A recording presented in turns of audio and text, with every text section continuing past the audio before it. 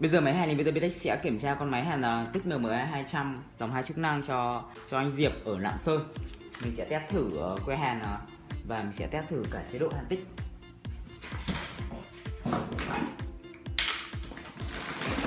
Điều kiện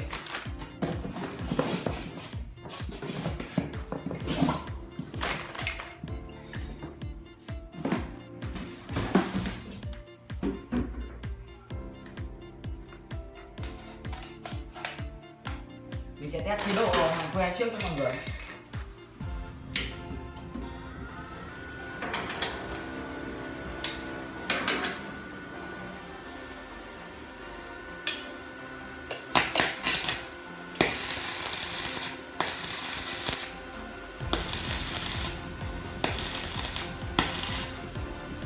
Khi mình test máy hàn mình có thể là để chế độ cao, đó mình vừa test, mình vừa hàn, mình vừa chỉnh cái núm hàn, dòng hàn nó dịch xuống để xem nó dòng nó ra có chuẩn hay không.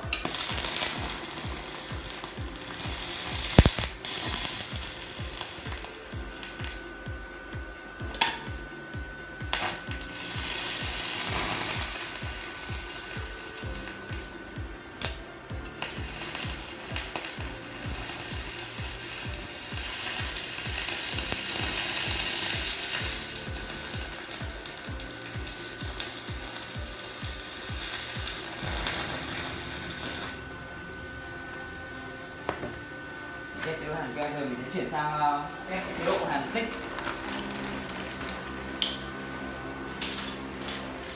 Máy thì kèm sẵn 3 đầu xí và 3 cách kèm sẵn luôn.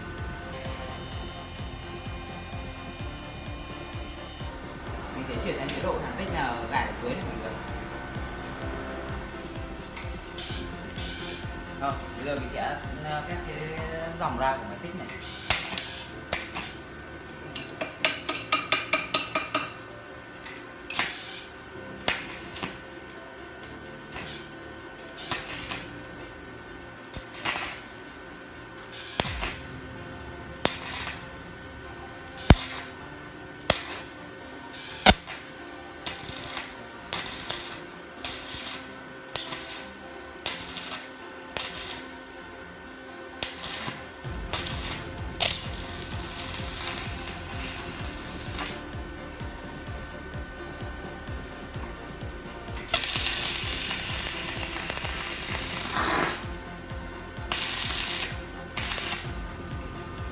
Ok, mình đã như thế thôi. Sau đó giờ mình sẽ đóng hàng mình gửi đi cho khách.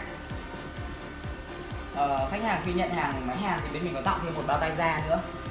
Nhận hàng nếu mà mình muốn máy trước khi thanh toán ấy thì mình liên hệ trực tiếp lại cái số điện thoại ở trên hóa đơn.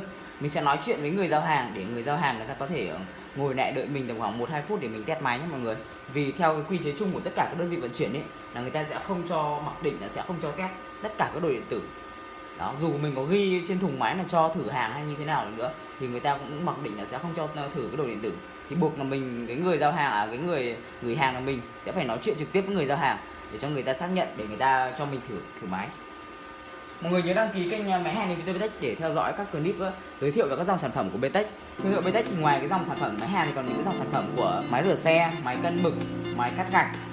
Đó, một số dòng nữa thì ở những video tiếp theo mình sẽ giới thiệu những cái mã sản phẩm mới để cho mọi người tham khảo. Cảm ơn mọi người đã theo dõi video này. Xin chào và hẹn gặp lại mọi người.